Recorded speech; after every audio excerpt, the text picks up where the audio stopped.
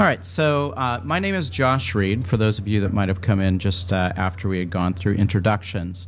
And I teach at UMass Boston. And so what I'm talking about today is this topic here, where we're using a tool that allows students to really kind of investigate and represent some of the knowledge that they learn in taking a look at Atlantic encounters. Let's see, I've got a person here in the audience, Andy Mink, who, if you can wave to people. Andy, if you can just take a moment to introduce yourself. Sure, yeah. My name is Andy Mink. I'm the Executive Director of Learn&See, which is at the University of North Carolina, Chapel Hill. And our primary focus is to provide project-based innovations for scholars and teachers to work together to figure out ways to have inquiry-based activities in the classrooms. So when Microsoft Research contracted us last summer, it was our task to assemble a team of in-service teachers and professional historians to take a look at this new tool, Chronozoom, which frankly at the time was just a tool, like all technology. It was empty, it was inanimate, it was still waiting to have life breathed into it, and this team of teachers and scholars figured out the best and most practical ways to use it with students. And so I think what Josh is going to share and show is not just the process we went through to determine that, but now some of the possibilities and the ways that we imagine using this, particularly after testing it in two different classrooms, one at the Whitfield School in St. Louis, a very high-tier independent school in the Midwest, and the second in a middle school classroom in Greensboro, North Carolina, which has an urban classroom, actually a trailer with holes in the ceiling and one single desktop and an LCD projector. Really gave us two ends of the spectrum to see how students and teachers would respond to it. So Josh is going to share a lot about it. Right, and then Andy will dip in and help out and kind of pitch in where appropriate with some of this stuff. All right, so today during my session, what I'm going to do is I'm going to start by talking about some of the conceptual differences between, say, first contact and encounter, because that's really kind of a lot of what we were doing in framing this particular lesson.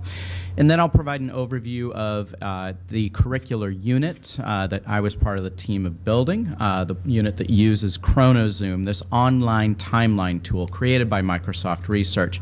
And then I will introduce you to Chronozoom itself and show you some of the basic nuts and bolts of using it.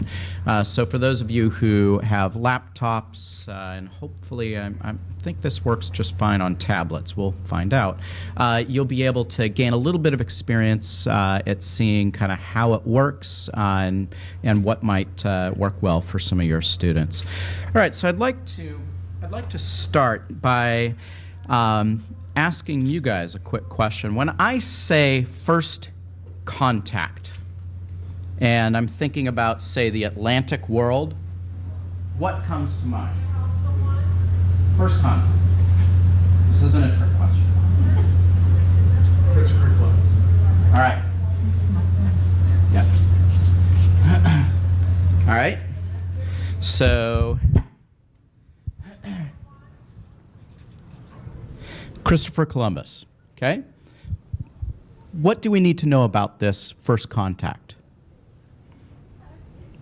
When it happened. Okay. When was that?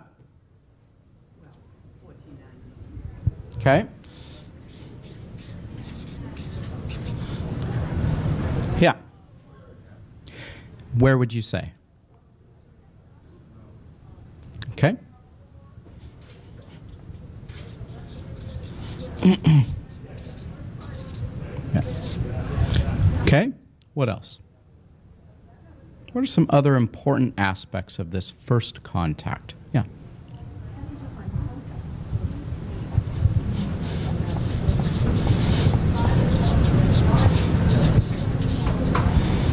Okay. So if you're talking to your students, part of what you're going to be doing is defining what that means or asking them what they think it means so you can start to set some parameters to it.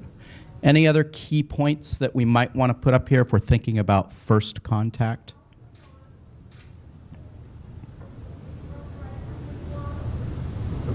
Who was contacted? Okay, so what would you help your students try to understand about that? The native people of the country. Okay.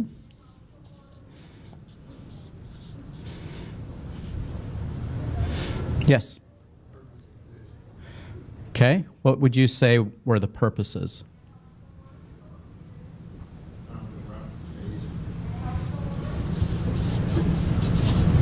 Okay.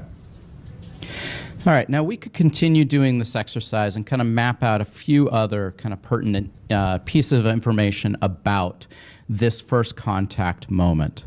Now, are there any potential problems that you might consider as you start to map this out with your students? Is there anything that you might take a look at and think, there's more to this story than the collection of facts that we have? What types of things might come to mind if you think about that? How could we problematize this? The problem of perspective. Okay.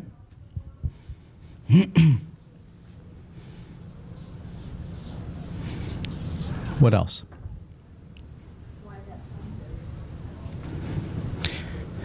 You mean like why this one? Why did it begin in the 1490s? Mm-hmm.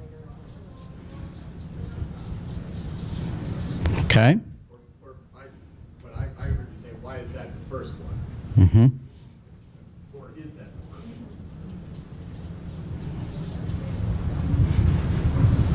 one? Anything else? Yeah.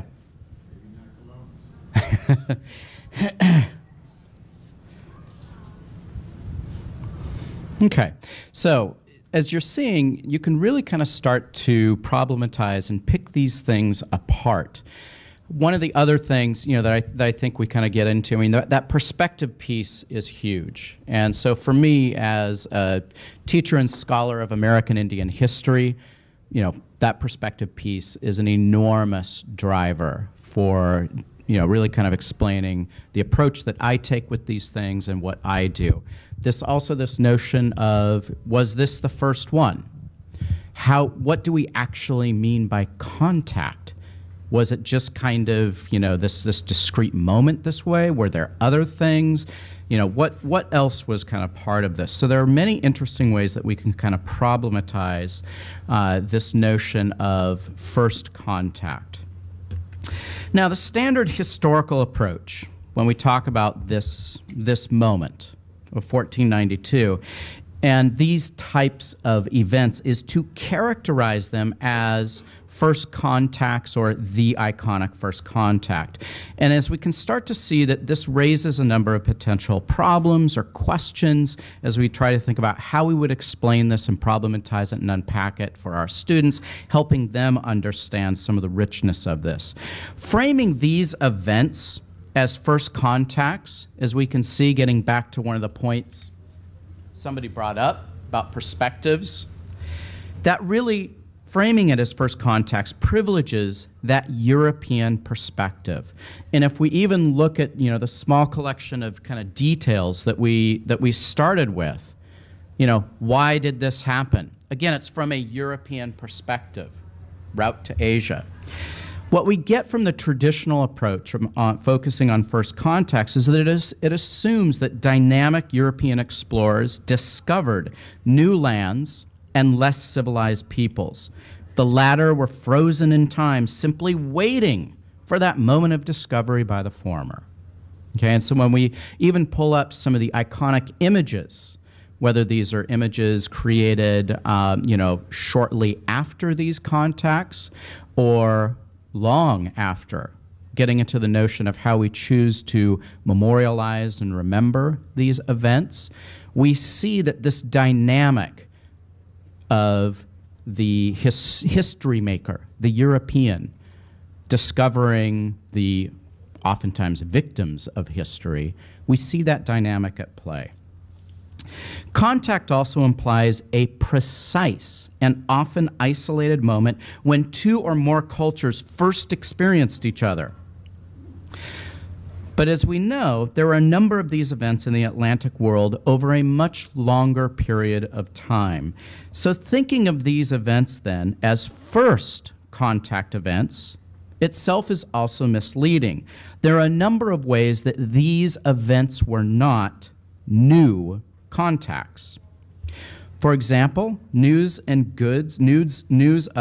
goods from newcomers often came before they did themselves. There were cultural expectations that these historical actors brought to these moments that made them something less than new. And this is why one historian has written that for both parties there was always an element to first contact that was not new contact. But the most important problem in kind of thinking about and defining these events as first contact events is, especially when it comes to the fore when we think about how this shapes the understandings of our students of these events. Characterizing these events as moments of contact obscures the much larger historical processes leading up to these events and the consequences that resulted from them. So again, thinking back to what we have up here, that question of why then? Why these particular actors at that particular moment? You know, if we just kind of focus on the first contact and yeah, Columbus sailed the ocean blue, blah, blah, blah, we miss a lot of that contingency, the rich consequences that flow from this. What brought these historical actors together at that moment? So for all of these reasons, this is why when I teach about these events, I frame them as encounters. So in this case specifically that we're talking about today, we're discussing Atlantic encounters. And the advantage of there are many advantages to using encounters as the framing concept. For one thing, I find that it opens up student understanding of these events to a longer time period. It's more than just that focused moment of contact, and it allows them to better see historical contingency, to see what brought these historical actors together at this moment and what happened afterward. There were all these events and processes that led up to these moments and consequences that emerged from them. Many more than just kind of the simple, straightforward, factual things that can be just kind of jotted down on our pad here. Framing these events as encounters helps students to consider and see different perspectives on these events. And I find that it uncovers the exciting complexity of history. And when we start to introduce our students to this notion of complexity, of gray area, more than just kind of simple black and white, that's what makes history rich and interesting. I mean, when I was in high school, history was memorization of facts and dates, names, places, people, and I thought it was boring. I didn't want to have anything to do with it. So I didn't even bother, even considering history as a major when I went, off to college. And I took a couple classes, and I was like, wow, this is kind of something different. But I really didn't come to understand what history was until I was a teacher and was teaching it and thinking of ways to make my classroom far more interesting and engaging than the deadening experience that I had had at their age with history.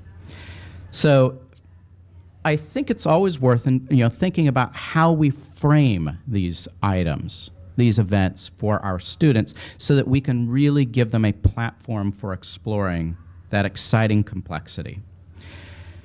And so what I'd like to discuss and introduce to you guys today is a little bit that I've kind of cribbed from some of the more recent scholarship about encounters.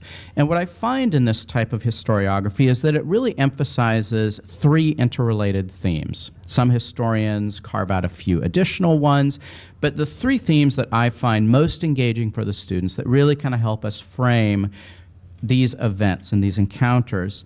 The first of these themes is this notion of performance.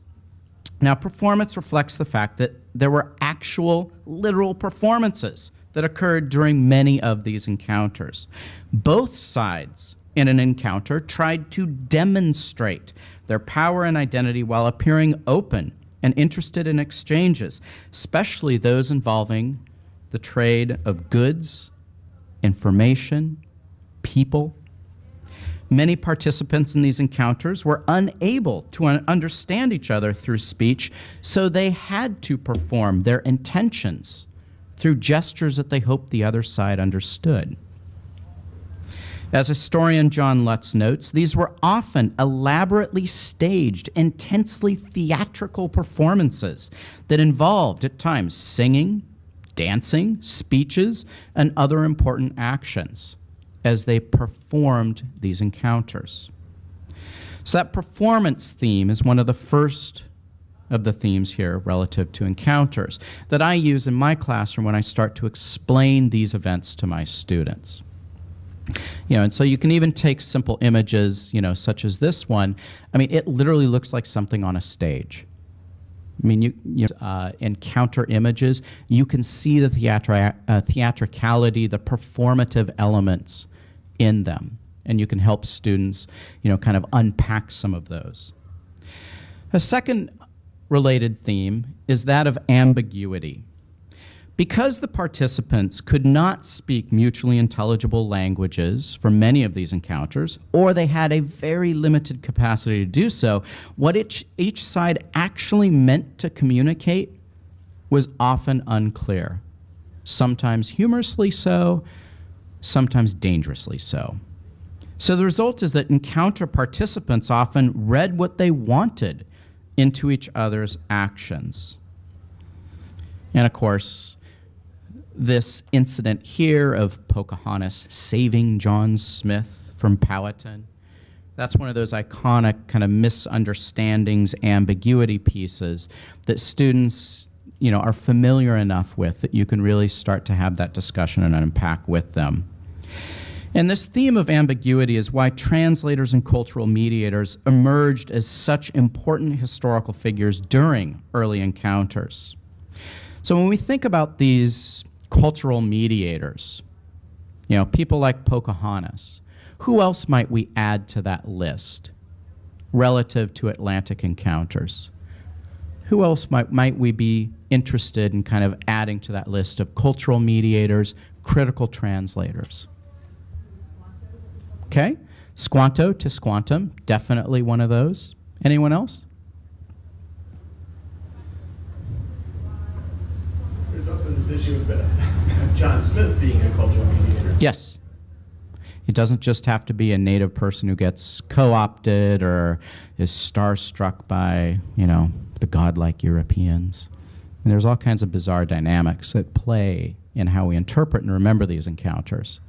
But definitely kind of looking at ways that European peoples were cultural mediators and translators is an important element to starting to flip that perspective and turn it around a bit.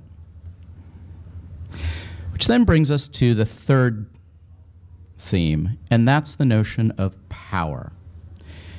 And in a lot of ways, I think this is one of the most important themes of Atlantic encounters. Power itself was a key component of performances. Each side had to demonstrate to the other that they simply could not be pushed around. But power was also ambiguous itself. Each side often misunderstood or did not see the other side's power or what constituted power in a radically different society with a vastly different worldview.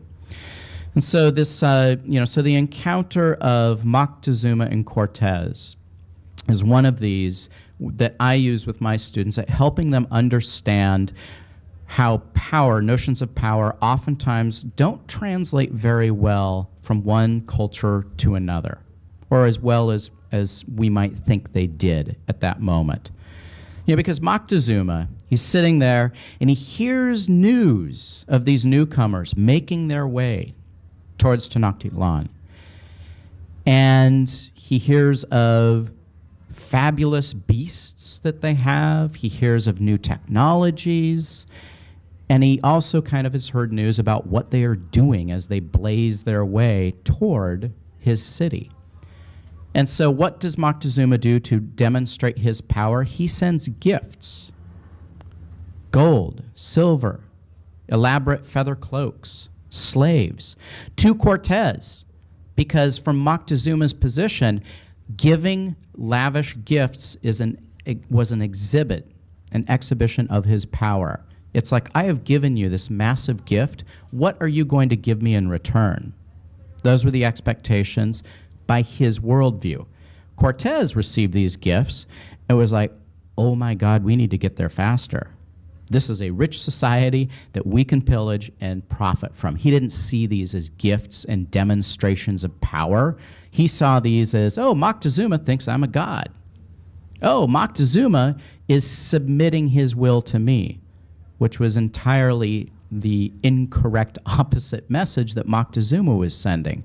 So when you introduce this notion of power to your students, these types of encounters, when you start to unpack the worldview of ways you display power, helps them kind of understand that different perspective that we oftentimes overlook when we define these as contacts instead of encounters.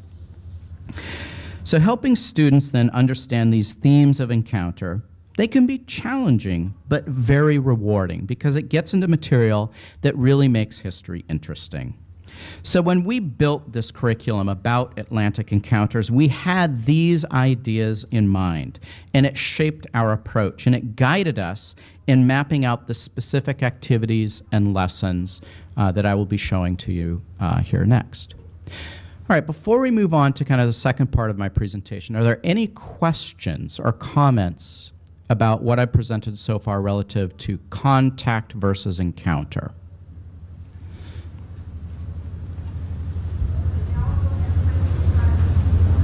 Okay, let's go ahead and move on then. All right, so when we built this curriculum, and when I say we, I'm talking about a team of teachers from several different levels who have a lot of experience at building curriculum that I had the great privilege and pleasure to work with.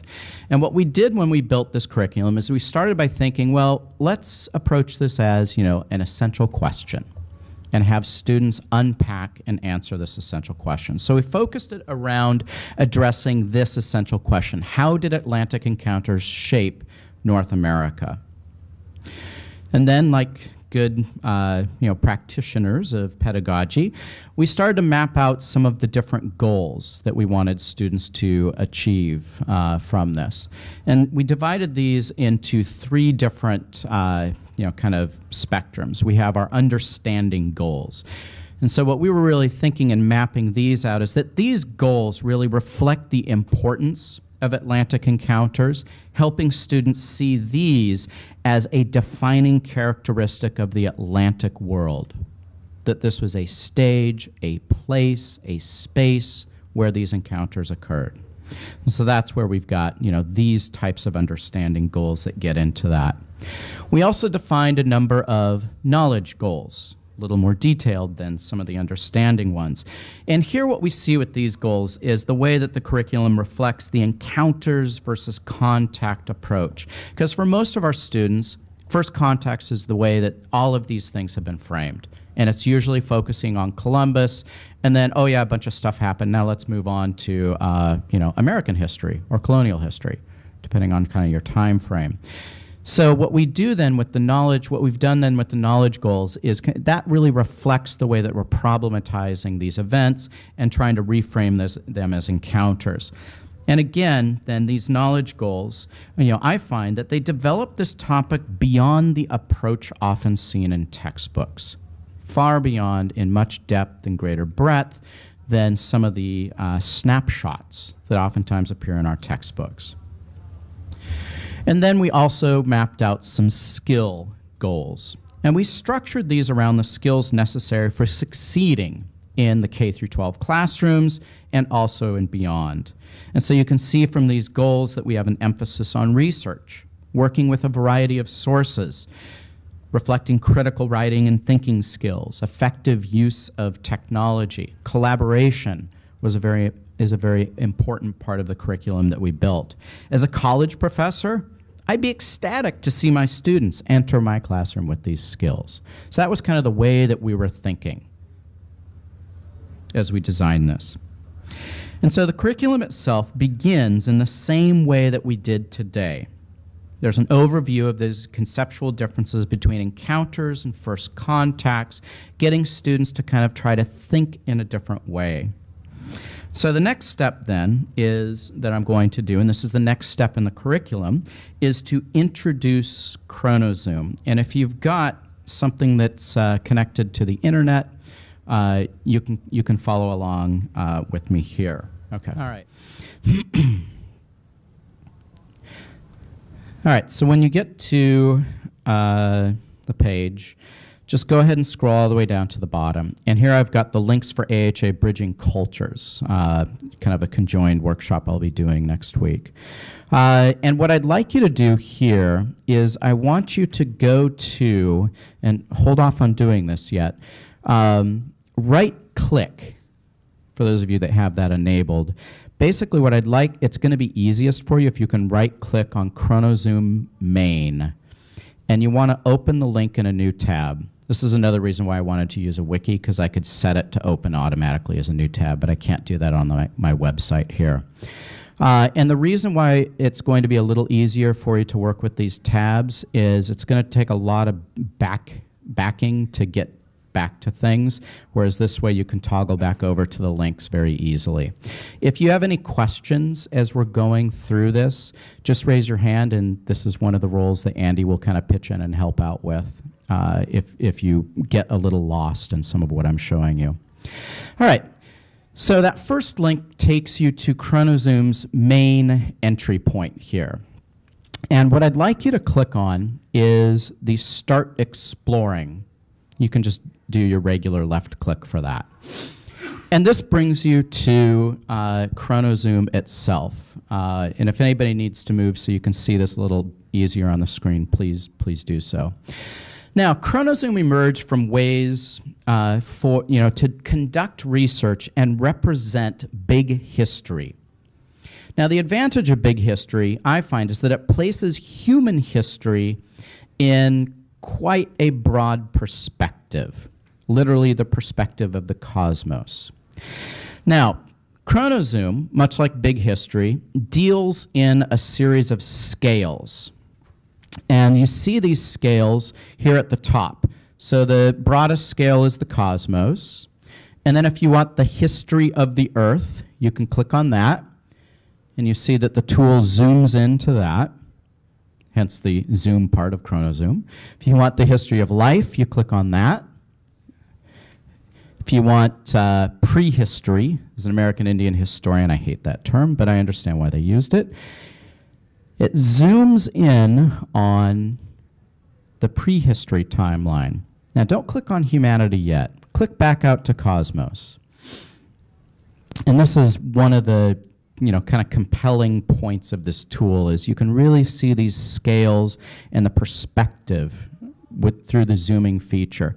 Now click on humanity. And what this does is it zooms in on the timeline that represents human history relative to the cosmos. So students can really start to kind of see how that compares to the scale of the history of the planet, the history of life, the history of the cosmos itself. That's one of the big advantages of kind of thinking in these notions and frameworks of big history. And Chronozoom was built to do that. So the advantage of this tool is that it helps students see these scales of history, and they can place events, people, durations of empires, whatever it is that you are trying to examine in your classroom within some type of relative scale. You don't always have to place it within the scale of the cosmos. And you'll see what I'm talking about when I show you the curriculum itself, where you'll see individual events in these Atlantic encounters placed within the larger timeline of Atlantic encounters. And that's where students really get an added benefit, beginning to really kind of see where these smaller events, people, what was happening, fits within some of the larger contours of what was going on at the time. Now, when we tested this in classrooms, this was something that nearly every class described, students described as an added advantage to using Chronozoom, being able to see things within the context, within a larger context. It was like, oh, because we talk about context a lot. I find that I'm always pushing my students, think about this quotation, think about this process, think about this event within the larger historical context. They kind of scratch their head and they say, okay. But this helps them actually visualize it and see it this way. All right, now this tool itself is just beginning to be populated with content. This is not a Wikipedia where many topics can currently be found. What we've got up here, even in human history, is just the bare bones and scattering of what different Microsoft employees have found interesting, what different grad students at the University of Berkeley who have been using this tool in some of their classes, big history classes, have found interesting.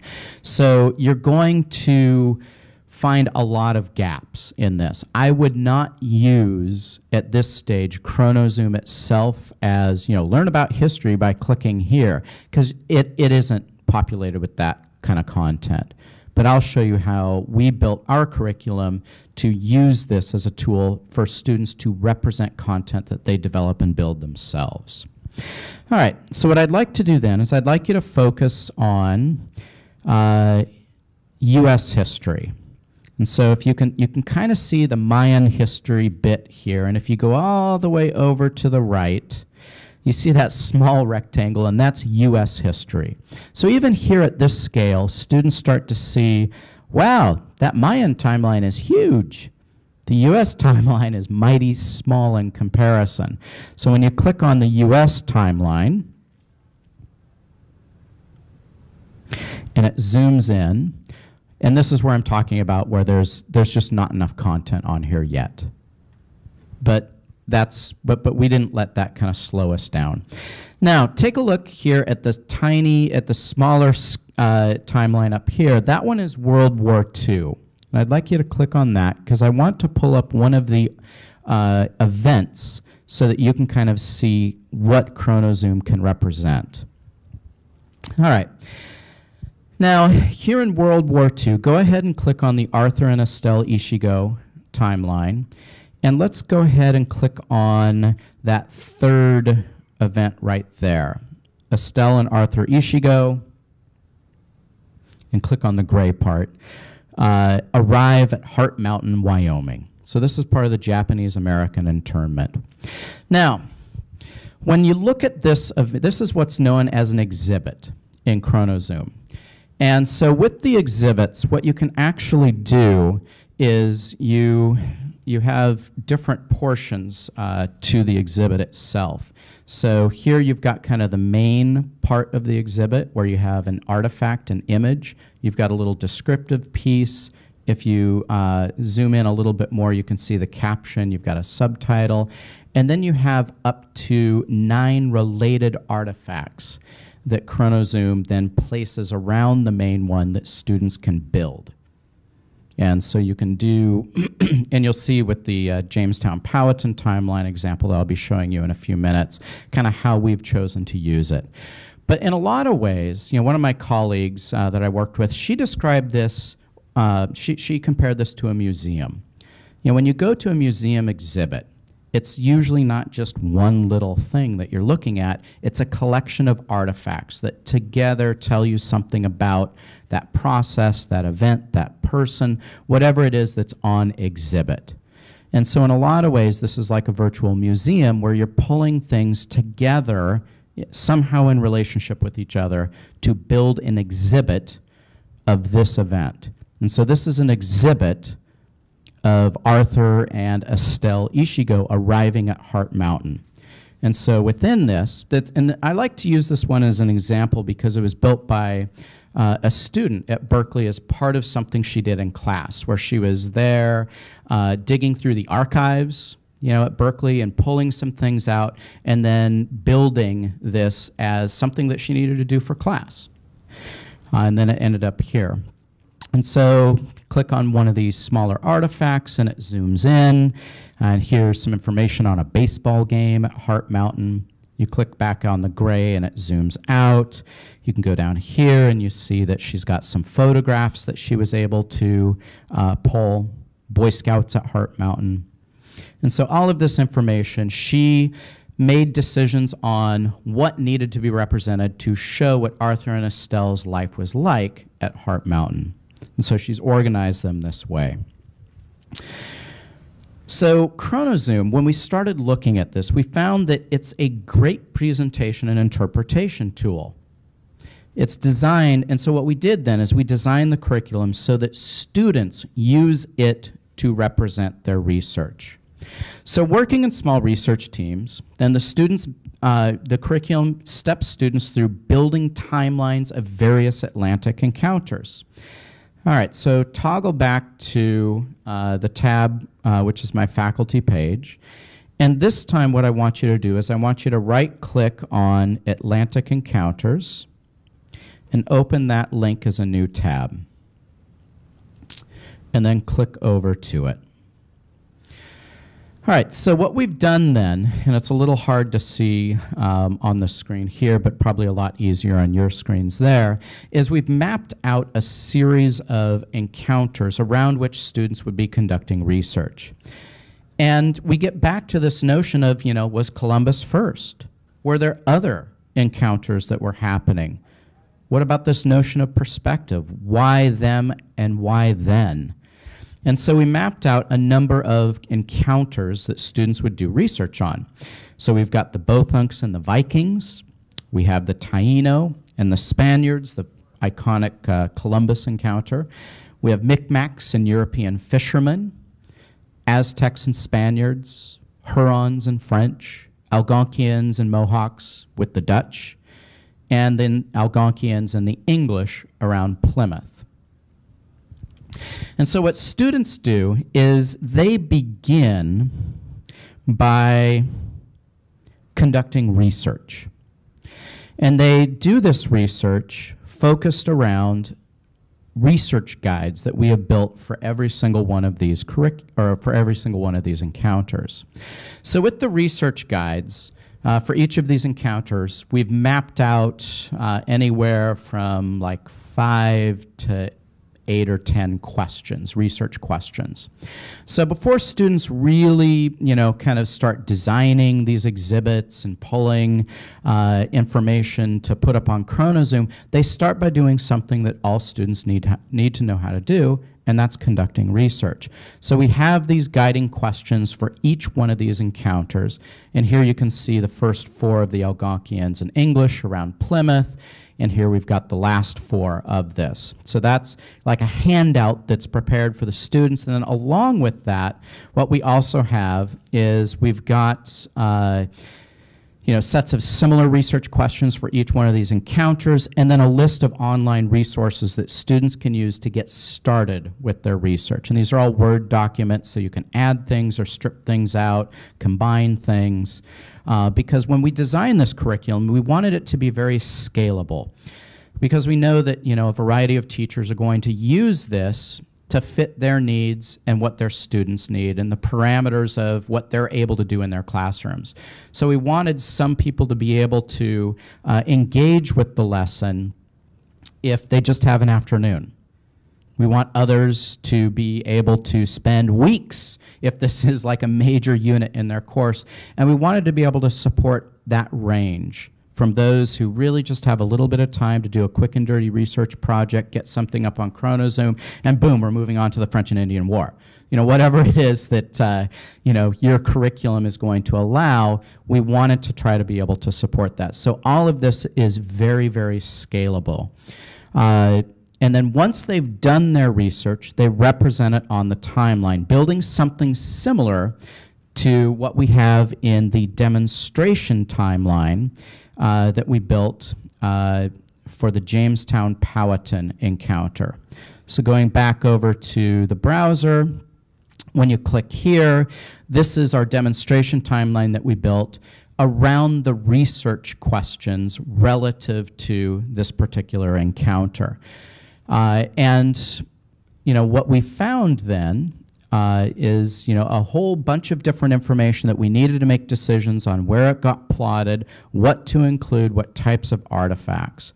And as we started to think about this, the research questions forced students to think in the framework of encounters and not first contact isolated events.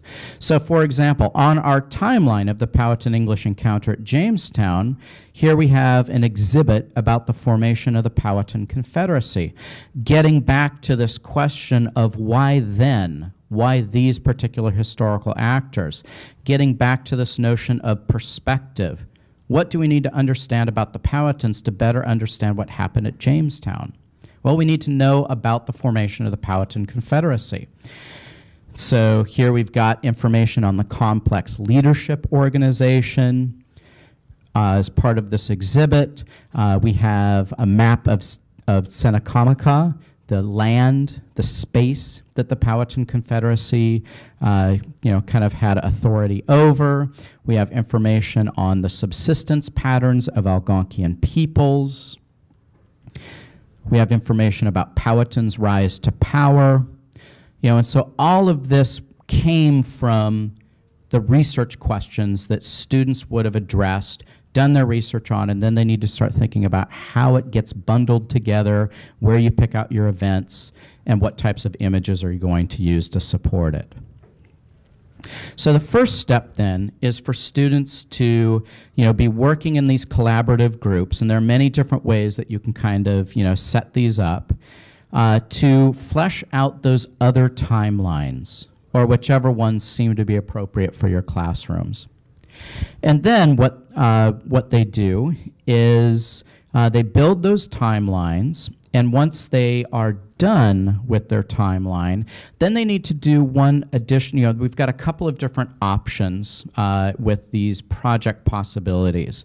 And one of the options is to do a raft exercise where students design their own primary document as if they were a person from that time period, where they take on the role of a person, an indigenous American, a European, or an African, during the Atlantic encounters to create a new primary source that reflects the content of the documents shown on those timelines.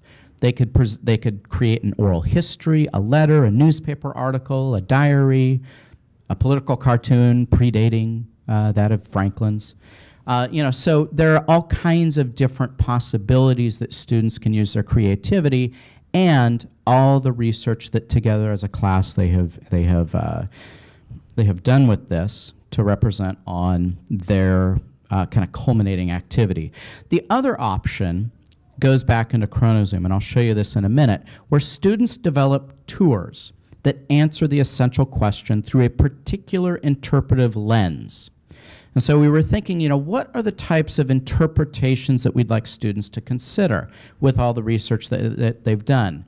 Well, what if they created a tour of Atlantic encounters that just focused on trade, or just on imperial competition, or labor and social status, or geography, or conflict? So we have these different interpretive lenses where what students would do is they would go back to Chronozoom, to what the class has built, and they would start to pick different exhibits from all these encounters that dealt with trade, or dealt with power, or something, one of those interpretive lenses, and then they would create a tour.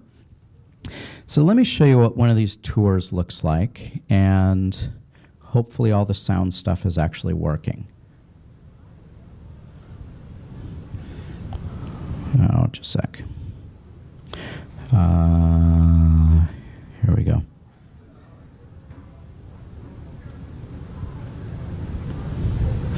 All right, so one of the most helpful tours, I think, to show students is the one on World War II relative to Estelle Ishigo.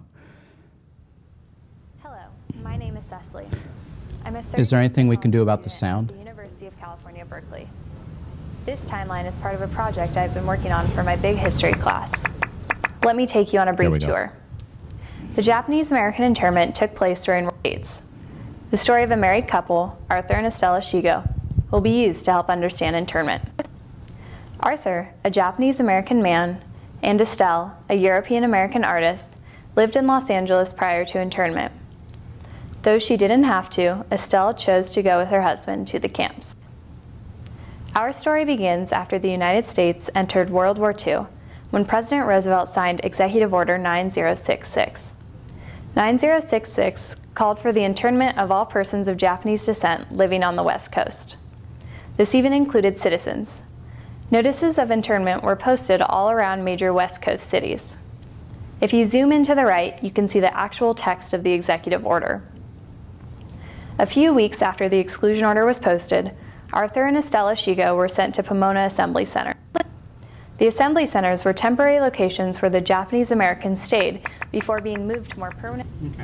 All right. So you get. And then as far as where you go to find the content, on my website here, I've got the Chronozoom curriculum link. And so when you open this, that takes you to a website that Chronozoom has built where they are beginning to populate it with information about teaching with Chronozoom. And if you scroll down here where you have the download button, that's where you can actually download the curriculum itself. We've got the curriculum for the Atlantic Encounters unit. There's also curriculum resources for the World War I unit, and then a different unit that Microsoft contracted with somebody else to build on, like a Chronozoomer guild, where students again kind of play around with this with the tool, but using it to represent and interpret and think about historical information. All right. We're starting to run a little short on time, so I want to dedicate the last portion of our time here to showing you how to actually use Chronozoom. And again, for those of you with laptops, you can go ahead and just kind of step your way through this. And if you don't have one, you can just kind of pay attention to what's going on. But if you're able to try this out, this will really help you figure out how you can start to use it. All right, so go to the Chronozoom sandbox. This is the last link. And go ahead and open that as in a new tab.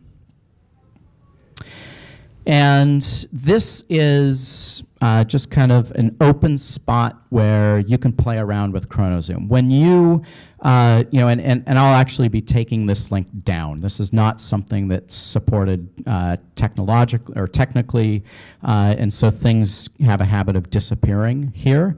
But it'll be useful for what we're doing today. All right, so what I'd like you to do, for those of you who are following along, click the little search field and go ahead and type in practice. Several results should come up. Go ahead and click on AHA practice. And what I've done is I've built a little sandbox space where we can kind of play around with the tool, and I can help you get started with how you would use Chronozoom itself. All right, so in the AHA practice timeline, what we're going to do is we're going to build an exhibit.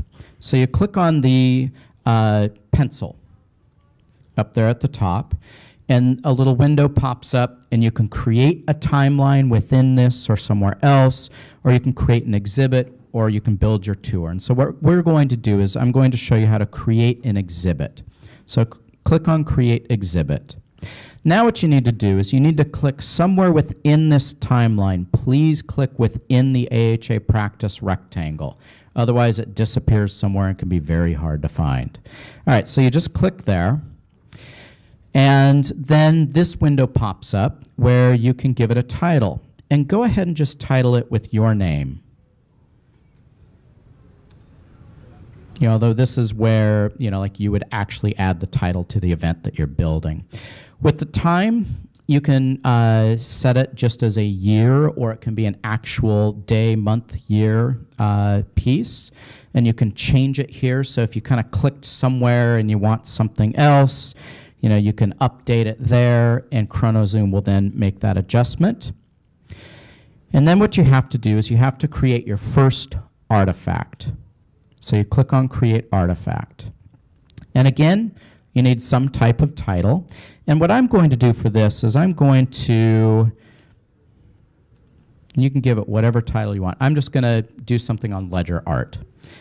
And everything works a little better, I've found, if you open up a new tab and you find your image, your artifact that you want to use elsewhere, copy that link, and then pop it in. That seems to work a little better. So I'm looking for ledger art, images. This one looks good. And this is where you can have that discussion with students about what types of websites are going to give you reliable art, reliable artifacts that you can use. So when we did a test run with this, we talked to the students around, well, look for URLs that end in .org, that end in .edu.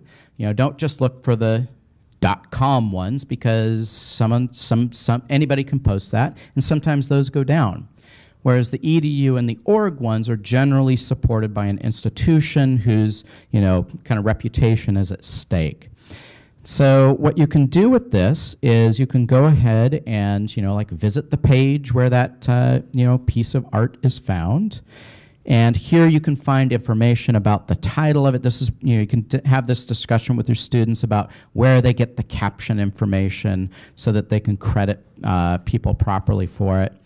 And again, you want to right-click on these images, and what you're doing is you're copying the image location, because the image location gives you the actual URL that you need to use, not the image, but the image location, because what Chronozoom does is it grabs the image from elsewhere and represents it on the exhibit.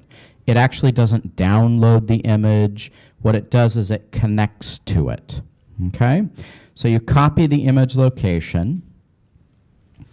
You can go back to the event, the exhibit that you're creating. Here in the URL is where you paste it. And when you're working with these images, and this is all explained in detail in the instructions for the curriculum, it has to be something that ends with PNG, GIF, or PIC. Okay, those are the three that Chronozoom can read well. So you build that there, and then you need to add in the attribution is where I have students put the caption.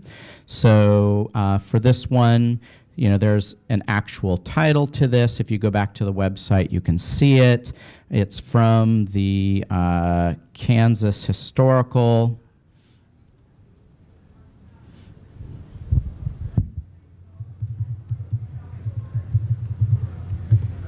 It's from the Kansas Historical Society or Association, and then you can add information about this. Like, this is where they leverage their research and all that hard work that they did.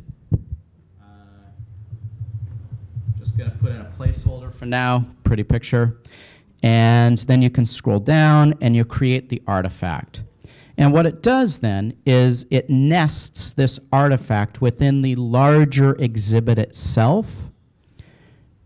And then you create your exhibit. That's not good. And then what it should do is it should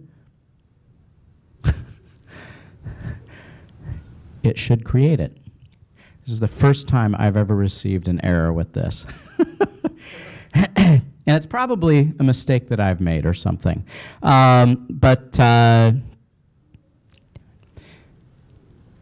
It should create your exhibit. And there might be some of you who have gone through and pasted things incorrectly, and it's actually working and creating it. Boy, I tested it with this exact image last night, and it worked flawlessly. All right, so some of what, when this happens, what you can do with the students is you can ask them to just try it again, which can be a little frustrating. But we found that in the classroom where we tested it, and we did this in, Andy stepped out. We did this, I want to say, in 4 different classrooms. And throughout the day, we had just a couple of those internal server errors. And we just asked the students, because they're working with information they have already kind of prepared and typed up, it's not like they've lost everything. And so they just kind of go back in and they do it again, and that always made it work for the couple of students who had some type of internal error. And it might just be because of the firewall issues here that we're trying to connect through. But that's what you do to create those exhibits. Now, when you're doing your own work with Chronozoom, what you will need to do is when you log in, well, you will need to log in to actually make things, to make timelines, to make exhibits. And you do that by clicking on the Sign In to Chronozoom. And you've only got 3 options right now with how you can sign in. You can do this with a Microsoft account, a Google account, or a Yahoo ID. And for now, if you want students to be collaborating together on these, what they will need to do is maybe set up their own Microsoft or Google account that all 3 or 5 students can kind of collaboratively work together on, so that they can work to build this information there. All right, so we are 2 minutes over time here, so I need to wrap this up. Are there any questions? Because I know I just breezed through a lot. Yes? It might be a stupid question. Nope. If we only want it to be accessible to our school, No, and that's the whole reason why Chronozoom asks you to sign in. So like the Atlantic Encounters timeline, I built on my own account, and then I found where I could pull out the URL to represent it for you guys, but otherwise it's not viewable unless I log in. So teachers who have been using this in their classrooms, what they do is they create a couple of logins for their different groups or different classes, and manage those logins for their students, and only they and their students have access to this. So it's very protected that way. Good question. Anything else? Yes? Does having the location of the image get you out of these issues? Seth, you want to field that one? Not entirely. I mean, what I think I would recommend, at least in the first instance, is to try and make sure the images that you're using are in the public domain, or have or are open on the open web in ways that you're not going to be violating copyright. And there's lots and lots of that stuff. Library of Congress website, Wikimedia Commons. There's, you could probably do this in a way that you would never ever have to worry about copyright. If you're only publishing it to your own accounts, I mean, a lot of this would come under fair use for education anyway. So I don't think it's something you need to be, very, very worried about. But nevertheless, when you're doing stuff like this on the web, you do need to be aware that there are copyright issues, and you need to be trying to protect yourself against those kind of problems. But in most cases, with fair use is going to cover the kinds of things you're doing in the classroom. Right, and when I work with students on this, I ask them to, take the time to actually find out where you're getting these images from. So, like, for example, with the Atlantic Encounters, the Powhatan Jamestown one that I built, again, steering them towards Library of Congress, fair use type, open source type places. For each one of these images, they've got these captions. And so, like, the caption for this one here tells you who did it, the title of it, the year, available at Library of Congress, give just kind of a brief URL snippet. So I'm giving fair credit. And teaching students that is very important to do is a critical research piece to begin with, but then making that leap that you also need to do this with some of the images and primary sources and things that that you are uncovering online and using is another important step. And then with Chronozoom, what it does is it kicks out this little bibliography for each one of these exhibits.